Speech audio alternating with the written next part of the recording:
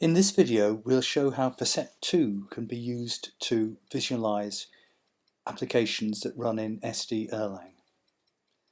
Now, if you remember, what we do with Percept2 is that we run a command, we run a computation performing monitoring, and then we collect data. And what we're doing here is collecting data from 15 different nodes, nodes 1 to node 15 on the same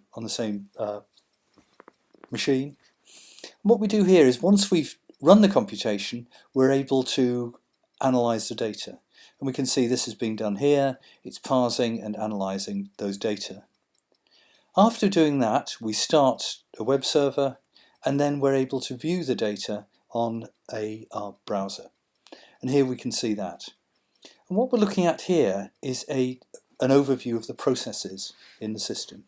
And there are an awful lot of processes created. What we can do is look at those processes and see, according to the number of messages sent, which are the most important. What we're doing here is ordering according to number of messages sent, and you can see that there are 3 particular processes that run orders of magnitude more messages than the others. And these are processes at, let's have a look, that's at node 1. Let's order them again.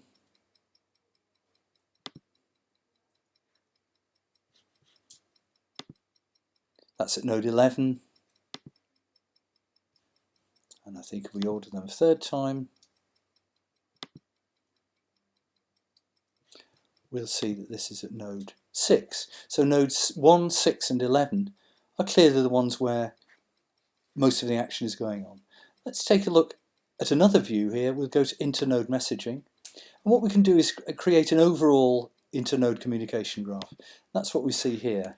I'll just scale this down a bit, and you can see that there are 3 nodes which act as hubs, and they are indeed node 6 here, node 1 and node 11. And those are in fact the 3 submasters for the groups that you see illustrated here. So simply collecting the messages and doing a layout of those according to the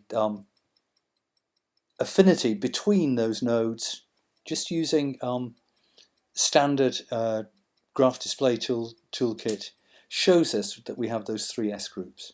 And they are, and clearly, if we're worried about any potential bottlenecks in this system, we ought to be looking at those processes which deal with a substantial number of messages. So we've got 3 processes there, 1 on node 6, 1 on node 11, 1 on node 1, which have a huge number of messages. So that gives us a way of concentrating on a particular point in the computation.